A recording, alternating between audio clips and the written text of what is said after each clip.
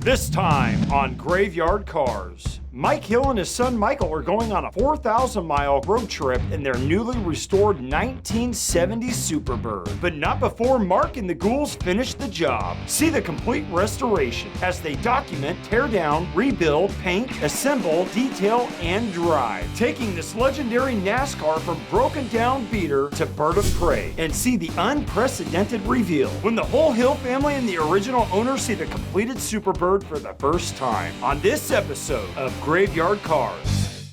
Got that car coming to get you, Barbara. The unburied dead are coming back to life. I'm Mark Warman, and together with the most critical man in the world, Darren Kirkpatrick. Give me a gun! My son-in-law, Josh. Oh, yeah! And my best friend, Roy. Well, all right! We bring dead muscle cars back to life, to exactly the way they were on the day they were born. If we don't kill each other. It's gonna be a bloodbath.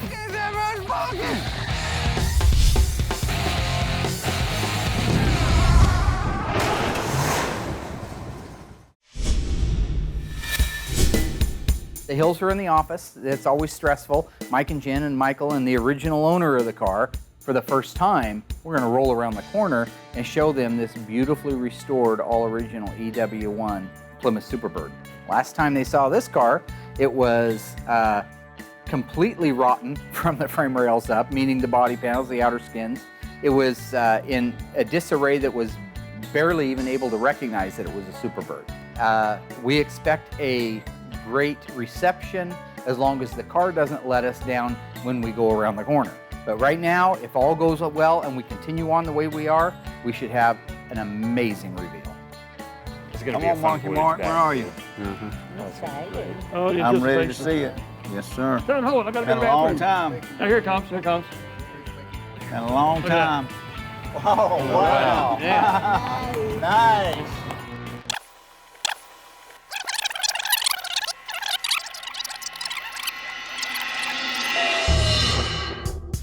I spent quite a bit of time on the phone with Mike Hill talking about the Superbird. I had a pretty good impression of what I was going to be getting when it showed up. Somebody had stripped it early in its life, maybe back in the mid-70s, and that's what caused all the decay on the outer part of the body panels, like the quarters and the doors and the fenders, that kind of stuff. When the Superbird first arrived here at Graveyard Cars, I was happy that it was all intact and it was complete, but once I started looking at it, I seen the overall condition of the car. It was very poor. It was a very rusty, rough car. But looking around it and like looking underneath it, it looks like the structural part is not in bad shape. Like the inner frame rails, front frame rails, rockers, things like that, it look like they've survived good. That's probably because they didn't get stripped to bare metal and set in a field like the outer part of the car did.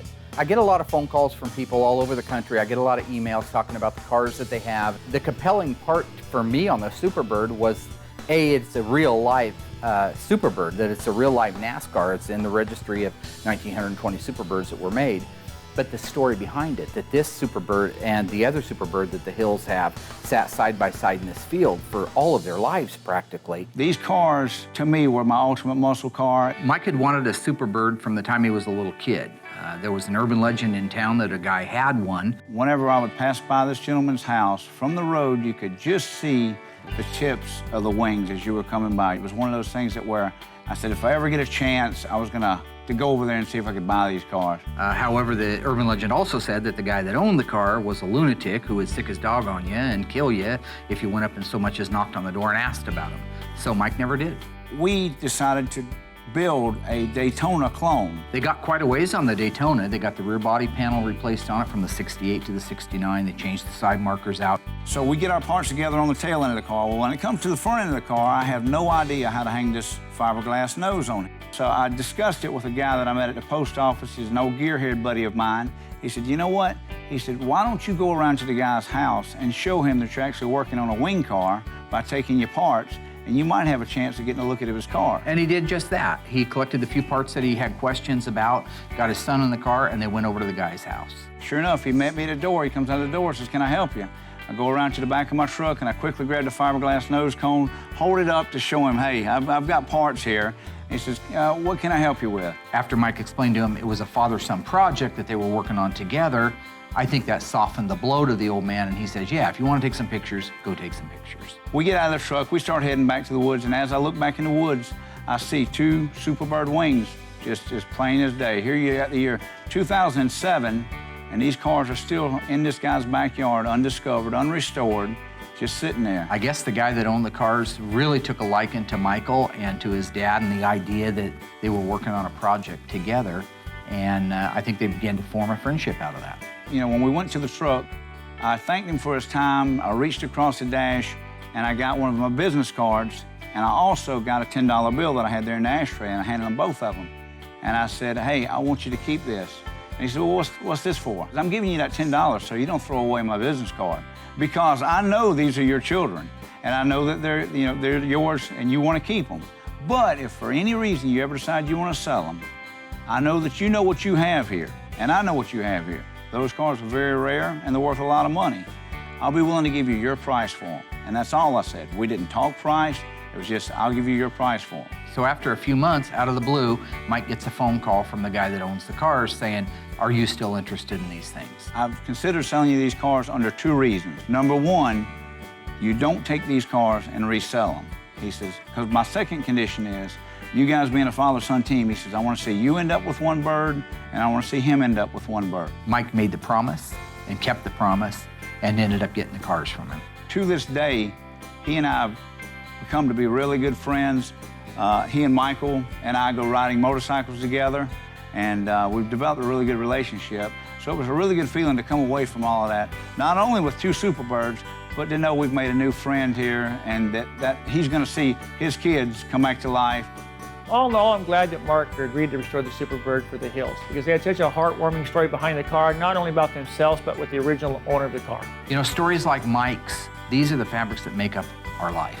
At least my life and the generation of the people that I hang out with and that I grew up with. I love that Graveyard Cars can go now and tell these stories and bring to life other people's history and other people's memories. Here's where all the big stuff is. Big stuff. Oh, wow. This is now going to be part of their lives for the rest of their lives.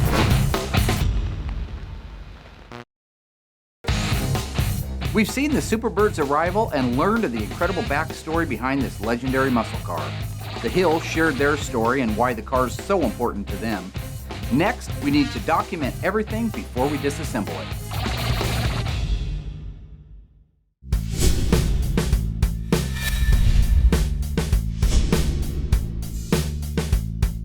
Today we're disassembling Mike Hill's 1970 Plymouth Superbird. The guys won't be here for about an hour, so that'll give me a chance to raise it up in the air, do all of my documentation without being interrupted by them and their foolishness. There's 2 things I'm looking for underneath there. One is Lynch Road assembly line procedures and unique procedures for just the Plymouth Superbird. And up here at the front on the K-member, you see an X. It's always nice to really go over these cars with a fine-tooth comb, see exactly what markings and whatnot some of these cars have on them. It's like finding a buried treasure. You dig, dig, dig, you find a little pot of gold or something. Then later on, when the car is complete, we'll actually duplicate those factory markings that we find and add the ones that are also missing. And that X right there lets somebody know something on the assembly line, whether it was that the steering gear was in place or whether everything had been torqued or checked. That X meant something. Having this knowledge, being able to use this knowledge for my own use is very important. But when somebody calls me up out of the blue and says, dude, I got a Superbird and I got a big X on the cross member on the K-frame, you know what the big X is? I don't actually know, but I can document that mine has it too, but maybe the Superbird down the road didn't have it. Now we can say, well, why would one have an X and one not? We might be able to go back and find options that would have supported why that X was there. Here's where all the big stuff is. Big stuff.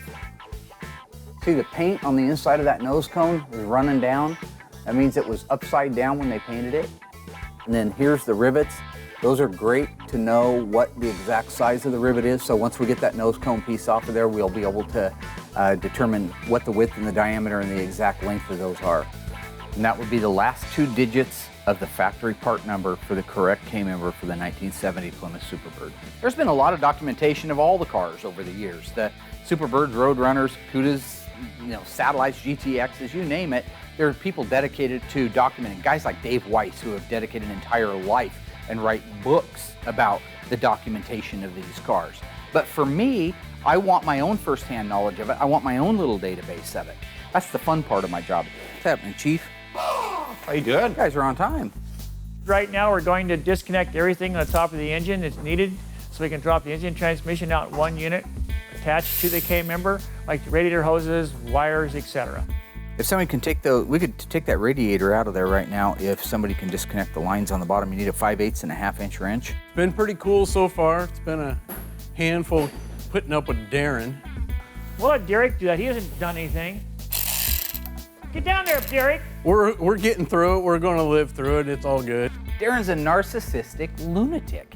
Okay, he goes out and picks on my top guy, Derek, starts beating him up, saying, "You haven't paid your dues. You haven't been around long enough. You gotta be here longer. Who are you? Look at me. I'm the great Darren. I'm part of the team, and you're not." And then I find out from the camera guys that he's taking a little siesta in the back. Darren apparently has a headache, or he's playing the game, so he's laying down in the office. But that's fine. Us three guys can rock and roll and get the rest of this car apart. I think the disassembly of the Superbird went just fine. There's always a couple things that hang you up, but all in all, it went good. You know, I was training Derek each and every step of the way. He was getting better as we went on. For as rusted out as this thing is, I can't believe how fast we got the brake line and the gas tank out. And it's all intact. Well, so basically, we just finished taking the car apart. I still have to have the glass guys come out and remove the windshield and the back glass. Derek's got a few more things he has to take off of it, but I wanted to get it moved out of that area. We're on a roll. The 1970 Plymouth Superbird was available from the manufacturer in 7 different colors. True or false? 2 of these colors were actually at no extra charge. The answer coming up after the break. So, were 2 of the 7 colors available on the 1970 Plymouth Superbird at no extra charge? The answer is true. The standard color was Alpine White. That meant all the birds were that color unless you ordered otherwise.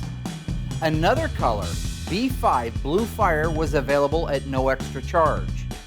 That left Corporate Blue or Petty Blue, Lemon Twist Yellow, Limelight, Tor Red, and Vitamin C if you were willing to spend the extra money. Visit graveyardcars.com to learn more. The disassembly on the Hills 1970 Plymouth Superbird went perfectly. The body can now go up to the dipper, the engine can go over to the machine shop, and Darren can go back to sleep. Now we gotta focus on bodywork, panels, and paint.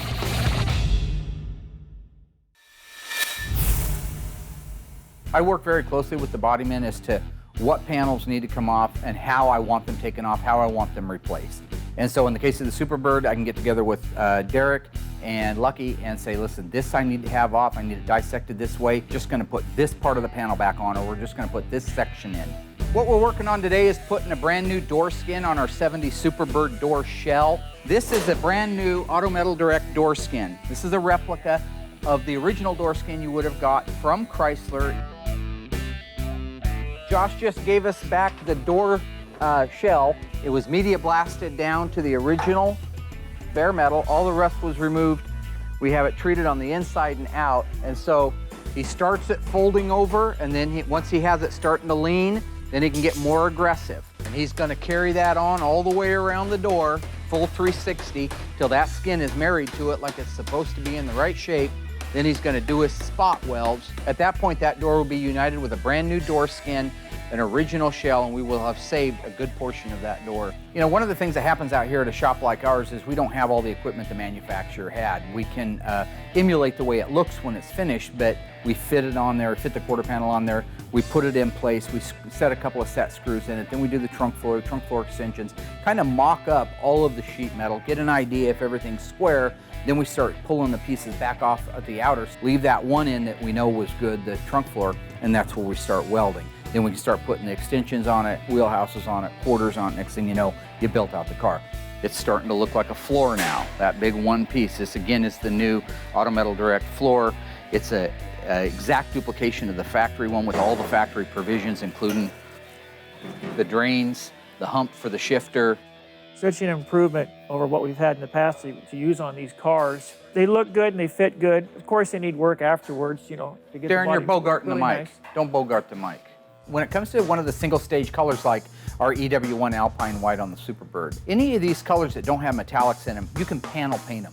That means that you don't have to have all the panels on the car and walk around it at one time and do the paint.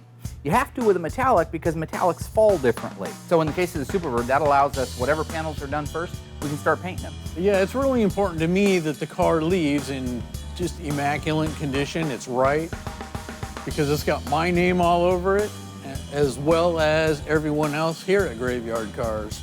A little while ago, Derek came and got me. I needed to sign off on the jamming of the deck lid, the doors, and the hood, so I did that. He went ahead and painted those. They came out really nice. We've got them out here now. Now the car is in the booth. I go in there and make sure that all the holes that are supposed to be there are there. All the ones that aren't supposed to be there aren't there. We got our squirter bottles and voltage regulator, all our normals. He doesn't know every hole that's supposed to be there. And back in the 70s when these cars were driven, people add a hole for a tack wire, they add one for an oil pressure wire, and so now's the time to fix it so that you're not going back and spotting in the paint. Actually, what you should do is get a good bolt, go into the Mr. Moparts room and get the correct bolt and put it in there. And go ahead and put bolts in here to keep these threads clean, but they actually get painted with the battery tray. You could even put the battery tray in it if you had it, but it's so much easier to get paint everywhere right now. But at least the fasteners, if you put those in, I would think you'd be doing it pretty darn right. And they're pre-painted and we're good to go. Yeah. You got my blessing, buddy. Right on. See ya.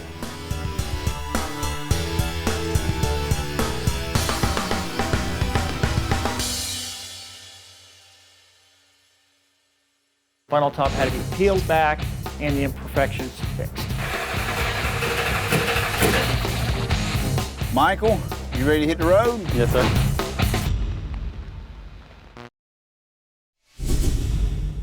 Our 70 Superbird for Mike Hill is getting really close to paint work on it, so I want to go over it with the guys, go over the body inch by inch. When you're talking about painting a car, doing all the body and the paint work on a car, it's a big motion, it's a lot of money in materials, it takes a lot of time to do it, and so if something's wrong, now's the time to find it before you actually do that paint work. So I want you to look at frame rails, floorboards, inner and outer aprons, upper and lower deck filler panels, inside the roof, cowl panel, inner cowl panel, firewall, outer deck extensions, rear body panel, rear balances, everything. I got a spot.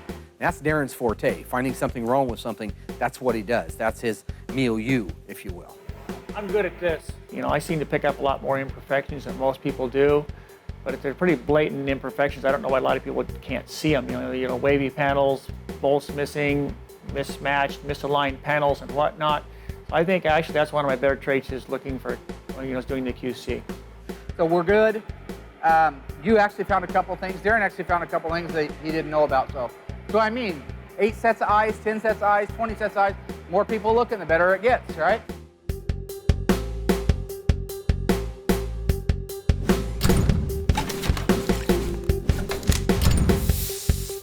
Clients usually want the body and paint to look nice. Mike Hill, I talked to him about this. I said, you know that these were really edgy, not good from the factory. And he goes, I don't want that. I want it to be the nicest body and paint that you can do. I want it to look, in that one aspect, better than it did at the factory because the factory really missed the mark. They were mass-produced cars, but now we can improve on it. I think that we should.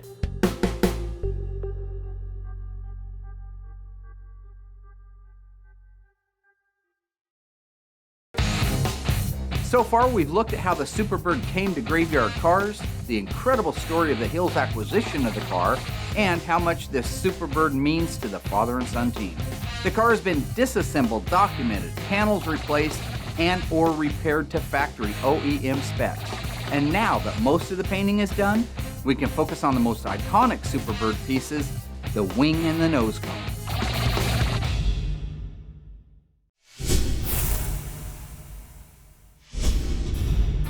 So now that our Superbird is all painted, we're off to the booth to do the wing and the nose cone. The Plymouth Superbird started life as a road runner, okay? And so certain conversions were made at a company called Creative Industries. That's who did the nose cone conversion, that's who did the hood conversion, that's who added the wing and did the back window plug. So the car was already painted when it went over there. What they did over there was they tried to match it, but what they used was a lacquer paint. Where the car was painted in enamel, they used a lacquer paint. So all of the time, like on Tony's car, Tony D'Agostino's got a B5 Blue Superbird, and his nose cone doesn't match the rest of the car even close. So with the Superbird, what we try to do is make all of the paint good quality, but tip our hat and make the nose and the wing and the scoops that go on the fenders off just a hair. I think to the unknowing person, it shows and whatnot, they're going to say, oh wow, look at the paint, it's a different color on the wing and the nose cone. They don't know. The people that don't know that, I think it's going to be a bad thing. You're going to have people at car shows that don't know what they're talking about. You do it the right way, and then if somebody hopefully asks instead of implies, you get an opportunity to educate that particular person. Today the guys and I are getting ready to marry together the engine, transmission, drive shaft, torsion bars, basically the drivetrain for the 70 Superbird. First we have to get it moved outside and washed. The compound that we're cleaning off of the Superbird is the product that we use when we do our wet sanding and our buffing. When you finish painting a car, has little imperfections in the paint, has orange peel or texture to it, and what we want to do is we want to wet sand all of that out. So we usually start with like 1000 grit wet dry paper. You flatten out the paint, you get those impurities out of it, and then you start massaging that out to about 3000 with sandpaper. So you start with 1000, you go to 1500, 2000, 25, and then 3000. Then you buff it. It's that compound that you use when you're buffing it that gets stuck in every door jamb, in your eyes, all over your clothes, inside the engine compartment, trunk compartment. So what we're doing is removing all of that compound before we come back inside with the car and start doing the polish on it. Reuniting the drivetrain in the Superbird, installing it is no different than if we were working on a Cooter or a Roadrunner or a Charger. We're getting ready to lower the car down onto the motor. They're always a tight fit, but with the shocks on there, it's just something else we got to watch as it's going together. It's always a pain when they're an RB engine. The 440 is about 1.5 inches wider at its widest point than, say, a 383, and considerably wider than a small block LA engine like a 318 or a 340. I got a problem with this manifold and the steering gear. It's almost like the motor's got to roll to get it to fit up in there. There literally, in some cases, no room at all between the two shock towers, and you have to manipulate the engine just a little bit to walk it past the shock towers. I think you can go to the right is what I was going to say. I think it's going to be inevitable to scratch it. It's not inevitable. I just think if this comes over, it'll clear. Okay, well, now it's clear. That's why I was saying it just needed to come over this way. That's exactly what we'll have to do on the Superbird. That's what we've had to do on all the cars with the RB engines in them. Green light go. Going right here.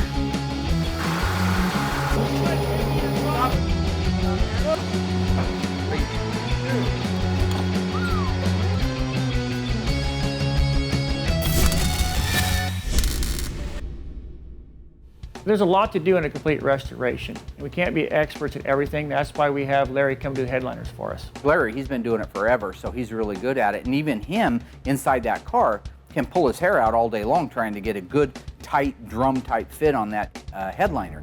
So for me, I would rather stick with what I really know, like the body and the paint, and making sure the engines are right and transmissions are right, making sure that they're dressed out right, making sure the right parts are on it, doing the history, doing all those things. That's why we sub it out. The Superbirds take a plug that goes in the rear window opening, and when the vinyl top was put on the car, there was quite a few imperfections around where the plug was put in, so the vinyl top had to be peeled back and the imperfections fixed.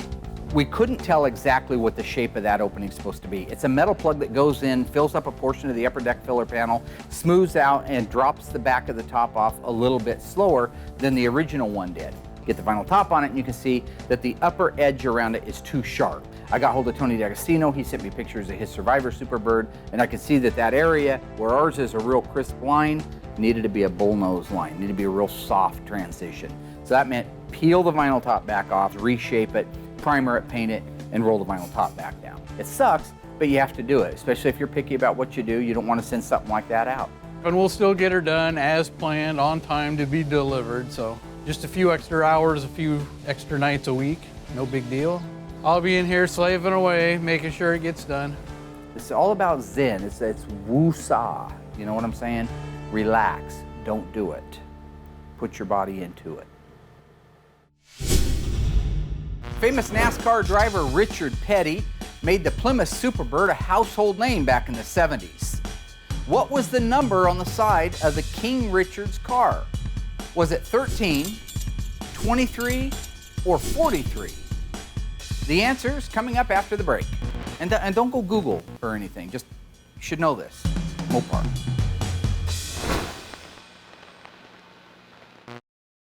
So what was King Richard Petty's number on the side of his Plymouth Superbird? The answer is number 43. Known famously for the STP as one of his sponsors in the 43, the blue, Petty Blue, Plymouth Superbird became a household name back in the early 70s. Okay, Google, when did Richard Petty retire?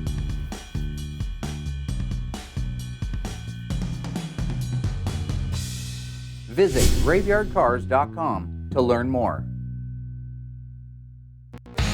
The Superbird is really coming together. The body and paint are beautiful, the rear window plug issue has been addressed along with the vinyl top. Now all that's left are a few decals and this bird is ready to fly. I mean, you know, obviously once we get it running, it'll be ready to fly. Right now we're getting ready to put some pieces and parts on our Superbirds. My guess would be, and I don't have the exact answer, but I would imagine that Creative Industries is the one that applied the large Plymouth decal and the standing Roadrunner bird, because all these were unique to the Superbird. If they weren't, I think the manufacturer would have done it. I think over at Plymouth they would have probably put them on. Like the back deck lid stripe that goes on a 70 Roadrunner, that was normal on all the Roadrunners that were coated with it. Right now I'm getting ready to do the most difficult part, which is the blackout that goes on the headlight doors and around the headlight doors that's very unique to the Superbird. You know, on the Mopars, it was weird. Some of the stripes were painted on, some of them were decal. On the Superbird, they chose to use decals on the nose cone. I think that's a way to save time and money. It's always been a mystery to me what made Chrysler decide when they were going to paint something on. Like on the 70 Roadrunner, you take the V21 hood blackout, paint it on. You take a 70 Charger, paint it on. But on a Challenger, the V21 is a big vinyl graphic. So I don't know what makes them decide when they're going to do it and when they're not going to do it. In the case of the Superbird, why not do one or the other? If you know you're going to have this reveal around where the headlights go that are going to have to be blacked out and the headlights are going to have to be blacked out, why not just mask off the rest of it and shoot the whole thing on there? So I don't know all those answers, but I know that when it comes to the actual vinyl graphics, the reason they couldn't take a full vinyl graphic and wrap it and fill that area that needed to be painted that I had to paint is because you're never going to get the side of that graphic to go up to the opening and roll down 1/4 of an inch and actually stay there. Right now we're getting ready to fire up the Superbird. That means we got to top off all the fluid levels, transmission, oil, antifreeze. We're putting fuel in it. We just got a new line of fuel here from Renegade. Going to give it a try. It's 98 octane, so hopefully the engine runs like it should back in 1970. Cars back in the 60s and 70s were made to run on a higher octane fuel. They had a higher compression ratio. The technology of the car's not as good at that point in time. The cars now, they detonate. They don't run as good on the lower octane fuel, the ethanol and stuff that's in the fuel now. I usually compensate as much as I can in the engine to make sure that it can handle today's fuels and still run well, but you can't, you know, you'd have to drop the engine down to 8.5 to 1 from the original 10.5 to 1 to really get it to run the way they want it to on today's fuel. It's just easier to do an octane booster and a premium gas, I think. Fire, no fire. You'll see these cars when they first start them up on a lot of these car shows. They start them up and they run them, and the car's barely idling. You're not supposed to idle a car when it's first started. You're supposed to run it so long for that cam break in and whatnot. They don't want to show that it's out of time. They got spark plug wires on wrong. It's not getting fuel or whatnot. We try to show really what goes on when you start an engine. Let's just double check the firing order to be sure. I just like to be sure, because if it backfires like hell and you blow something out of it, all because you were too lazy to double check the firing order, that's the wrong reason.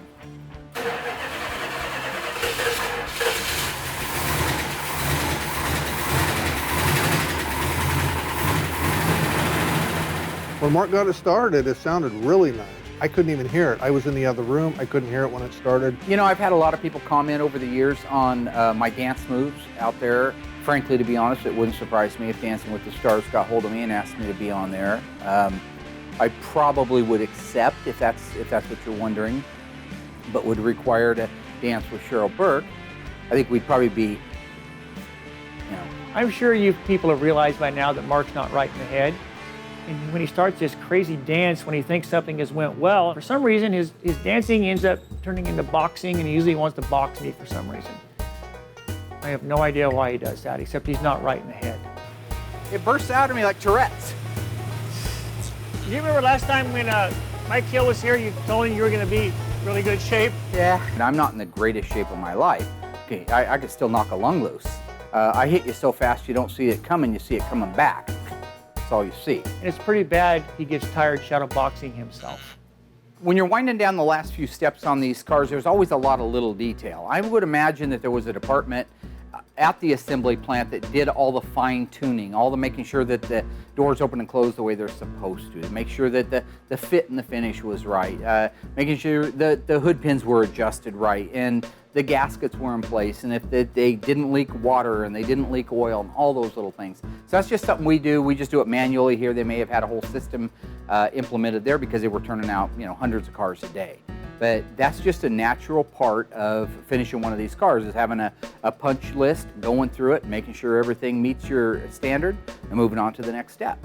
When it comes to putting on the label kits, there's a range of places that these decals can go, like the VIN label on the door. You could probably take a photograph of 20 different Superbirds, and it ranges up and down it probably by inches. I mean, maybe in some cases 6 inches. If you put it on in an area that, as long as it is within the parameter of where it should be, then there's nobody that can say it's wrong. It's just your photo would show that it's not in the right place. You still have the human error, the human element when these decals are put on the cars. We're not all put on exactly the same, because if this guy put on a little bit crooked, this guy put on crooked this way. I use photos. I call guys like Tony D'Agostino, say, can you take a picture of your emission label underneath the hood so I can look at that? To me, I think that the decals are the funnest part of the whole job. I mean, driving them and enjoying it and seeing all the waterworks from the owners when they come and they're balling all over the place and telling you you're the man is all fun.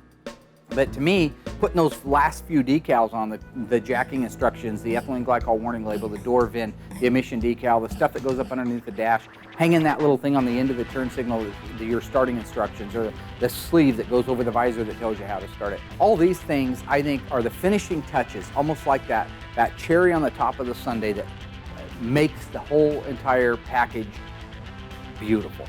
Right now, we've got just a few more things left on it, not much at all. Like I say, Derek has a little bit of paint touch-up to do under the hood. The main thing I want now is this car's completely drivable. It ran through the gears on the hoist. I'll just feel good if I can go around the block and back in it, make sure that everything's basically functioning, then we can wrap it up in the morning and wait for Mike Hill to show up.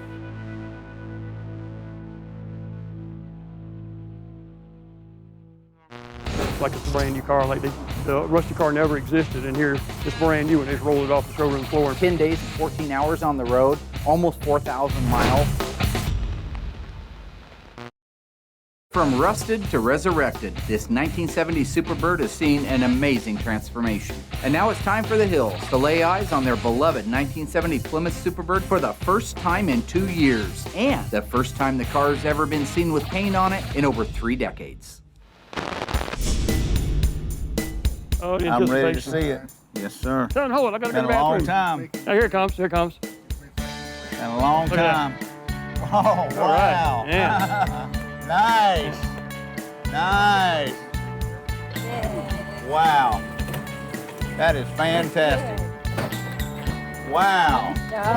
Mark. Great job, man. Great job. Nice, buddy.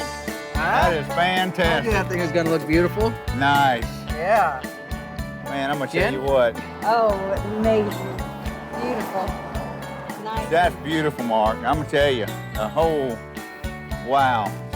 Oh, Tickle good. pink with the way my, That's what we were hoping for. Mark, it is beyond my expectations. That's fantastic. It's way beyond my expectations. Nice. Nice. Nice. That's good. So what do you think, baby? Love it, baby. Mark, that is great. That is Thank you so fantastic. much. Let me tell you, buddy. I'm glad you're happy with made it, me a man. happy man. That's awesome. Oh, it's beautiful. Yeah. I see you sizing me up the whole time. And I think you actually have me in thickness, if that's a good thing. That's not fair, Mike. Now, Hey, I told Mike that the next time I saw him that I would be in better shape than I was, and I think that I am. I don't know what he expected to see. Okay, he's back there in Shangri-La, South Carolina, living the life, you know. Let's see him come run a collision restoration business. Let's see him come over and run a television show. Let's see him handle 17 employees at the same time, all trying to poke the time clock, you know? very good. Looking good, guys. That's great. Awesome. I really, really am glad that car is so beautiful, and Mike loves it as much as I do. He's gonna keep it forever, and his son will probably pass off to his children. And it just means a lot to me to know the car will last forever, you know? And the work that's been done on it is just amazing what they've done. It was a total disaster when they brought it in here, and these guys made it look like brand new. And I'm just really happy for them, really, really happy. Yeah, you got it. Oh my. 1, 2, 3. Holy, I gotta get a picture. I get one. To have the 2014 state figure champion, South Carolina, set up on the spoiler, just like they used to in the old days. You know, when Mike put Jen up on the Superbird wing, it reminded me of pictures from the old days where a lot of people would actually take their girlfriends and put them up on the wing. It was just a neat thing. It was just neat to see that. Yeah, home sweet home. It looked beautiful. Nice. Mark, this is beautiful. I'm gonna tell you, Are you buddy. excited about driving it? I am I am more than I excited. could tell by looking at you. you're Oh, ready. yeah. Nice. Well, the keys are in the ignition, my friend. Go for a little drive and tell us what you think. Come on, guys. Bring the whole family, Harry included. Let's get in this puppy and go for a ride. All right, guys, you ready? Ready. Here we go. Here we go. You can turn on the radio, you don't hear me yodel. Boy, mufflers sound good, don't they? Oh, yeah. Yes, they do. It is nice.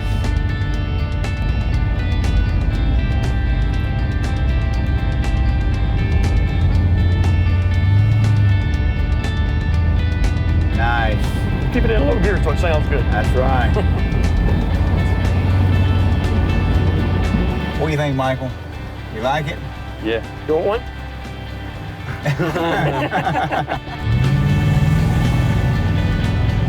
That's right. Oh, she's running good.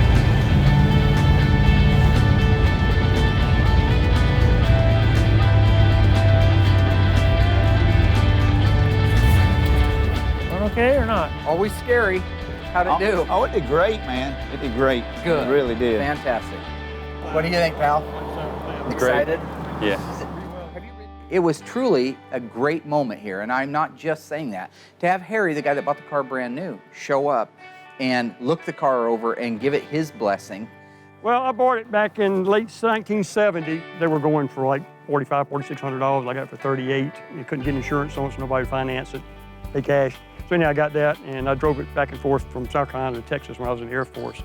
Put a lot of miles on it, and I went to Vietnam and sat for a couple of years. Came back, started going to college. My girlfriend was like 200 miles away. Back then, gas was like 29 cents a gallon. I still wasn't making much money, but still, you know, drove it, and I really enjoyed it. And then probably around 76 or 7, I decided I was going to do stuff to it. Camshaft, intake, headers, and pretty much made the car undrivable. And that's when I pretty much parked it. I mean, I felt terrible. The car looked so bad. I mean, I've had hundreds and hundreds of people come up wanting to buy them, but people just bugged the heck out of it because everybody wanted to make $1 off of it, you know? And so I just pushed it back in the woods. I knew about these cars since I was in high school. When I would drive by Harry's house, I could see the wings of these cars in the backyard or in his front yard. And as we came by, I always have loved these Superbirds. I finally started working on a clone because I never thought I could be able to afford one. A friend, an old drag racing buddy of mine I hadn't seen for years, told Mike, you know, to come over and mention his name, so Mike did. And Mike was just a nice guy right off the bat. You know, he wasn't acting like everybody else. My son and I took our parts around to Harry's house and showed him that we were working on a wing car. He says, hey, you know what? He says, come back and take a picture of the ones I've got. You can find out how your parts go on. My son and Harry struck off a good conversation. My son is very respectful, good straight A student. He and Harry hit it off real well. They started talking about motocross riding. It was really good to see him and his son together. They had a great relationship. And I really didn't have a good relationship with my father when I was coming up. And it just did something to me, you know, seeing them like that. Mike told me he would never sell them. He would always, you know, cherish them and drive them. And he would take better care of them than I did. When it was in the backyard, it was really, really rusty and falling apart. And I felt real bad about the condition I let the car fall down into. And seeing it like this, I'm just amazed at what they've done to it. You know, it's like it's a brand new car. Like the rusty car never existed, and here it's brand new, and they just rolled it off the showroom floor, and they're tricking me or something. I don't know. But it's just amazing. Two cars sitting side by side now, just like they did for years, sitting out in that field, sitting out in the air-conditioned shop. I am 100% happy with the way Mark and his team handled this car. It is beyond what I expected. I never thought the car would turn out this well. I was almost afraid to drive it for what we've got here, but it's just so nice. But, you know, I bought it and brought it to Mark to make a driver out of it, and we're getting to take it 3,000 miles as soon as we leave here. Yeah. You ready to take that first leg, buddy? Huh? So did it do good? Mark, Did it drive good? it did great. I am ecstatic about that. It drove perfect. I love it. I can't wait. My hat's off to you. the whole team and this car coming together the way it has. Yeah, It really made us happy. Very Very good. Darren, thank you. Thank you, buddy. Don't make it too obvious. Yeah, thank you, man. First off, there is no perfect car when they're restored. I think the Superbird turned out very good. Did it turn out perfect? No. Were there flaws and imperfections? Yes. But overall, consider what that car came in here like, it turned out very, very, very good. Derek, nice to meet you, buddy. Thank you so much for working the hard parts out on this car. Timeline that you had, you really, I know you pulled the midnight oil on this one. You burnt some midnight oil on this one, didn't you? More than one. I'm sure. Michael, you ready to hit the road? Yes, sir. We got 7 to 10 days to get home. I'm gonna let you take the first leg. All right. You know, yeah, I'll see you in 7 to 10 days. I love you. You be careful, All right, Harry. Yeah, man. You're the official escort for my wife home, okay? All right. Good luck. Good to see you. All right, see you All right, over buddy. there. Yes, sir. Y'all have a good flight. See you later. Clean it out. Nice. Nice. Thank you, Mark. Carz. Car's running really well. There you go. So where you want to hit first? Well, I figure if we head down the California coast, we're going to Oregon coastline, we're going to hit California, we're going to run the coastline down, right along the beach, try to take in as many sights there. Maybe we can, hey, you know, I heard they do some sand dune riding out there. Yeah, that'd be and, fun. you know, I know how you like to ride motocross. Uh-huh. What do you think about doing that? Yeah, that'd be nice. Cool. To know that their journey with the car back home begins now, and knowing that it won't end there, that this is now going to be part of their lives for the rest of their lives and generations to come, pretty much solidifies when I say that I am the dream maker, that I am the Sandman. You know, don't say, Mr. Sandman, bring me a dream. Say, Mr. Warman, bring me a dream. If you need me to duck down, if you see any really pretty girls and you need me to duck down, Well, at least we got room. yeah. Watch your tongue, boy. I am 100% happy where I'm at.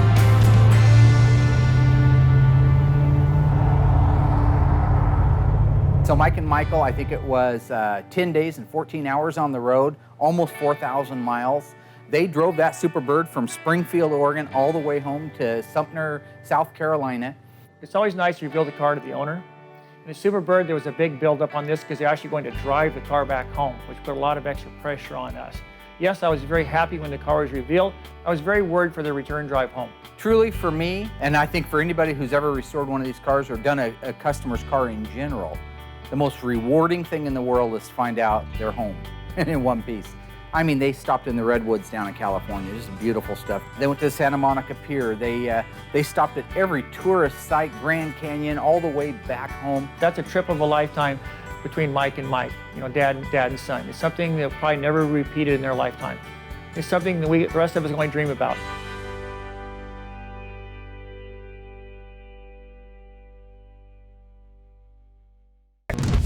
Next time on Graveyard Carz, Mark and the team check out a legendary Daytona. But will it be too far gone to save? Where's the rest of the car? The Cook's 1970 Barracuda is racing for the finish line. That ain't right. And Mark's original equipment loyalty is tested when the dailies want to install an aftermarket suspension from Magnum Force. These aren't back. You can't drive, so you had to change all the suspensions so you could drive this car. Is that it? No. On the next episode of Graveyard Carz.